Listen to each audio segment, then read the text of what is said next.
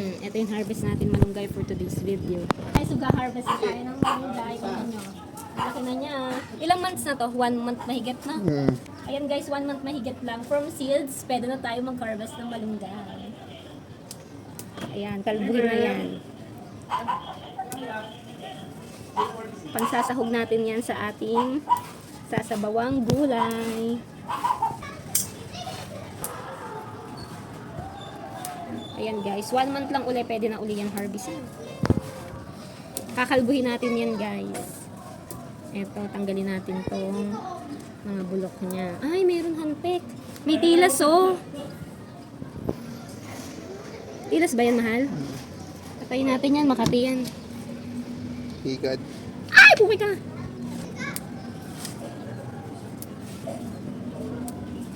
Kalbuhin na natin yan. Para maging pataba niya.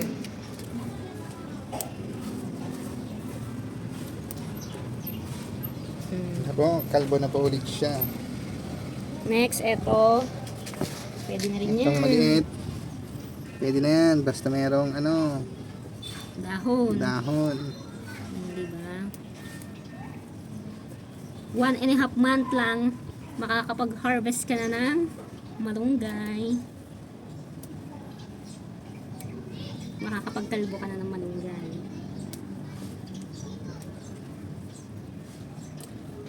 Dito sa kabila, Ito yung isa. kakalbuhin na rin natin to guys.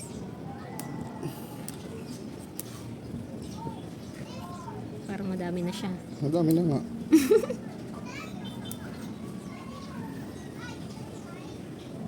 Madami na to guys kasi konti lang naman lulutuin ko.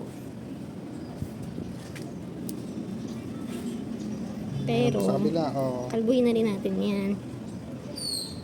Kasi pag kinakalbo siya, mas dumadami yung kanyang Saka, tubo. oh, Ito mga puti-puti, alisin lang natin.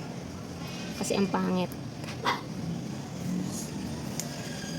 Ito lang kunin natin itong magaganda.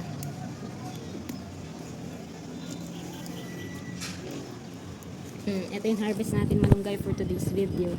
Talbos. Guys, ayan. Kalbuhin na rin natin yung talbos natin. Sasahog natin. Sa bulan lang. Sobrang konti lang pero pwede na ito. Pansahog lang naman.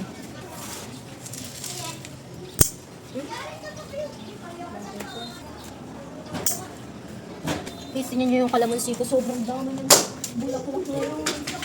kalamansi, oh, ang daming Ang dami niyang bulaklak. bulaklak naging bunga na. Ito pa, ang dami. Diba? Ang bango. Ang bango ng bulaklak niya. Amoy jasmine. Amoy citrus. Ito pa, talbos. Ito din yung kinalbo natin. Oh, karami ito yung bunga. Okay na yan. Picture. Cheers. That, okay.